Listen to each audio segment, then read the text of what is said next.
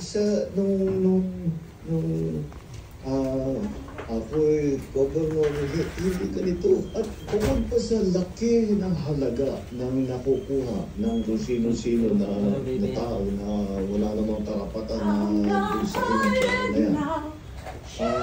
Bukod pa ron ay hindi nila tinatago. Karapalan na po.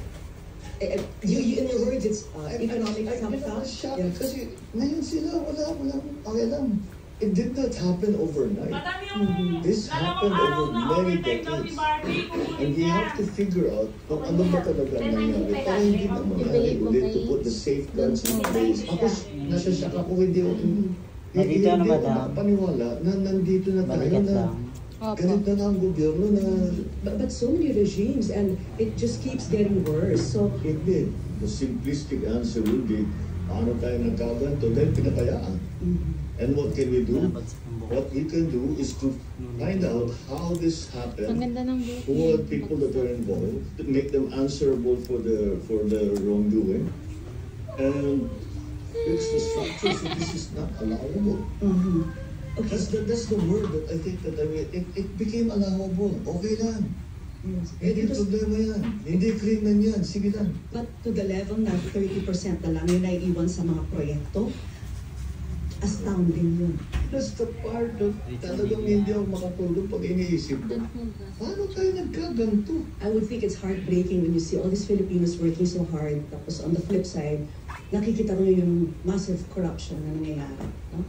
I mean, no, I'm not disheartened, I'm not disappointed. I get very, very angry. How do you come and you do this to people that have worked every day of their lives?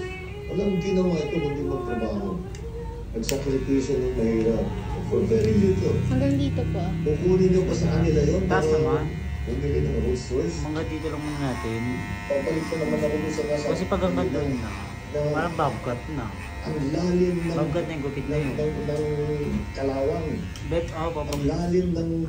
Nakalag, diretso ka lang ha. Yes. Who's in terrorist. No, because I see people having a hard time. And and they don't deserve it. Mabuti ba kung masamang tao yan? Dapat parusahan. Hindi naman eh. Huwag mo paparusahan. Para magpayaman ka. Makes no sense. do you ever regret being president? No. Not for You didn't even pause to think. Not for one moment. Why? Because I am given the opportunity, actually, the privilege, the opportunity and the chance to actually do something. All of the things that I complained about all my life, now I can do something. And that is the greatest privilege that anyone can have. So, Para sa GMA Integrated News, Vicky Morales, nakatutok, 24 oras. Pwede po pabawas pa onte. Makasaysayan para sa Pilipinas at para mismo kay Filipina tennis ace Alex Ayala ang kanyang pagkampiyon sa Guadalajara. Pangit po ba ba ganun? Sa Mexico. Hindi, bobcat na yung pag-ganyan. Ang kanyang nakakita na tagumpay sa pagtutok Hindi siya straight ni Nico ka. Watt. Ang tawag doon, bobcat. Victorious with tears of joy sa Filipina tennis ace Alex Ayala para makuha ang final points sa Guadalajara 125 Open sa Mexico kanina. 1-6, 7-5 at 6-3 ang resulta ng tatlong hard-pounding sets nila ni Pana Urpardi ng Hungary. Makasaysay ng kanyang panalo dahil una itong kampyonato sa isang Women's Tennis Association o WTA match para kay Ayala at para sa Pilipinas. Bless your eyes, baby. Ipinagbunyi rin ng mga Pilipino ang panalo ni Ayala dahil ni Pangulong Bongbong Marcos na nagpaabot ng kanyang congratulatory message. Look. Ayon sa Pangulo, ang tagumpay ni Ayala ay tagumpay ng buong bansa. Doon, okay, jury, doon. Gagawin daw ng Pangulo ang lahat upang mas maraming atletang Pilipino pang sumunod sa yapak ni Ayala at maipakita sa mundo ang galing ng Pilipino. Sunod na sasabak si Ayala sa SP Open sa Sao Paulo, Brazil. Dahil sa Guadalajara 125 Open, inaasahang aangat si Ayala sa number 61 sa WTA ranking mula sa kasalukuyang 75th place.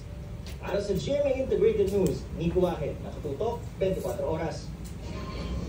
Susunod, Pilipina nagpakilala ang Queen of Kingdom of Canada, arestado.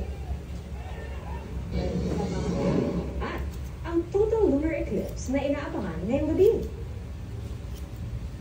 Walang patirang pagtutok dito sa 24 Oras Weekend.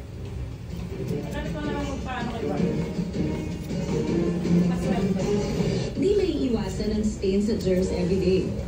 Kaya dapat mag-Zonrox sa bawat babat. Up to 2 times ang linis ng stains sa germs kaysa detergent lang. Ang natalinis sa Zonrox. Linis na di kaya ng detergent lang.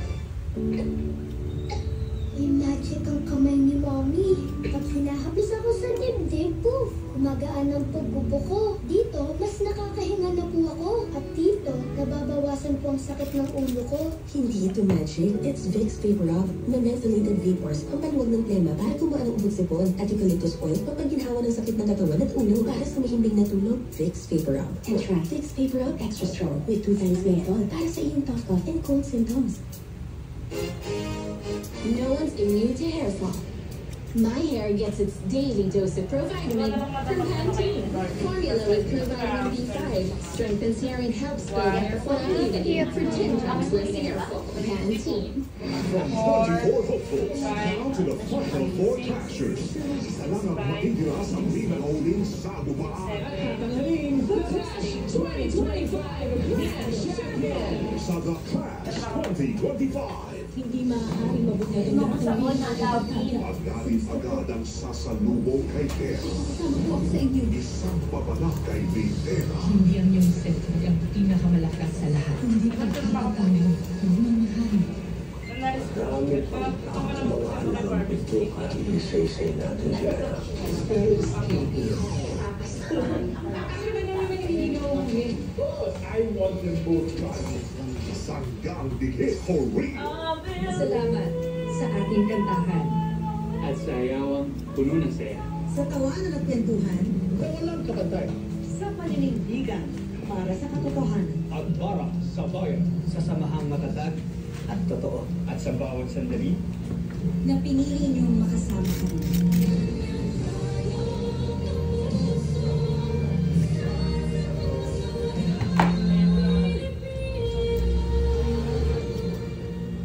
Harness your talents and let your star shine. Sparkle Prime Kids 360-degree workshop starting this September and Sparkle Prime Acting Workshop starting this October sa GMA Network Studios. Enroll now. Contact Sparkle Workshops for more details.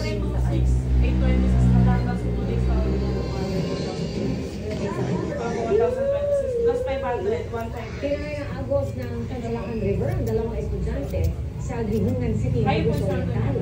Naiyak ang mga dito habang naghihintay ng tulong.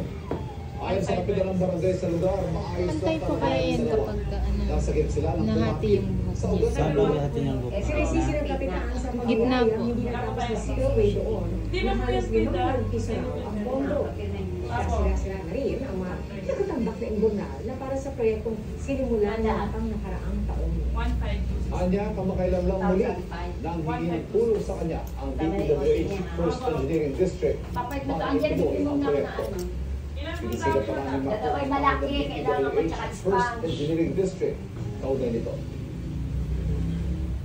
Sa pagdating ni Pangulo Marcos sa Cambodia para sa kanyang state visit, kakamustahin niya ang Filipino community roon. At mula sa Phnom Penh, Cambodia, nakatutok live si Jonathan Anda. Jonathan? Iya, Susday o greetings mula rito sa Phnom Penh, Cambodia. Alas 5 ngayon ng hapon dito, atrasado ng 1 oras kumpara dyan sa Pilipinas. Narito ko ngayon sa loob ng isang hotel at ang nasa likod ko ay yung mga overseas Filipino workers dito na kukumustahin mamaya ni Pangulong Bongbong Marcos bilang bahagi ng kanyang 3 araw na state visit dito sa Cambodia. Alas 4 ng hapon, oras sa Pilipinas. Dumating sa A new jury. Bongbong Marcos kasama si First Lady Liza Araneta Marcos. They're so cute. Pangulo sa state visit sa Pilipinas ni Cambodian Prime Minister Ferdinand Marcos Jr. Ito lang ang beses na rito sa Cambodia ng ito. Nagpunta rin sa rito ng Cambodia dito na bumula sa aksyon summit. Sa mga kalsada ng Pilipinas dahil nakuha ang ngayon at oras ng Pilipinas ang ito ng Pangulo ang pinagbilang sa hari ng Cambodia na si Norodom Sihamoni. Upang hindi pagsulo ng Pangulo sa Cambodia sa 2014 taon. Tatlong buwan ang pagkakatuhan nito.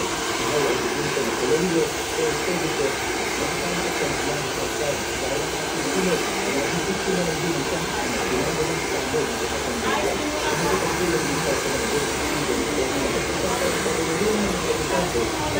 sa Cambodia. Ang nakatulong dito sa mga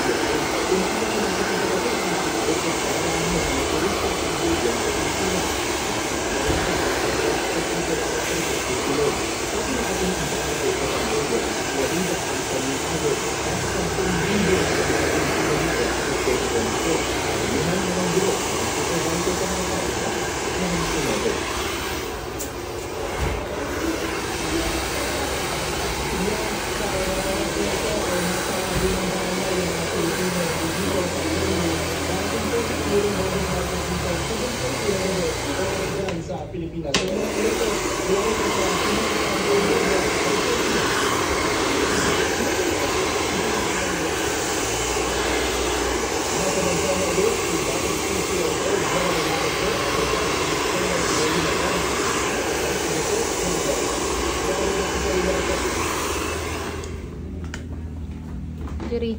Kasama ang ilang escort mula U.S. Immigration dumating sa bansa Sabado ng gabi. Sina ating PCSO General Manager at retired Police Colonel Rina Garma.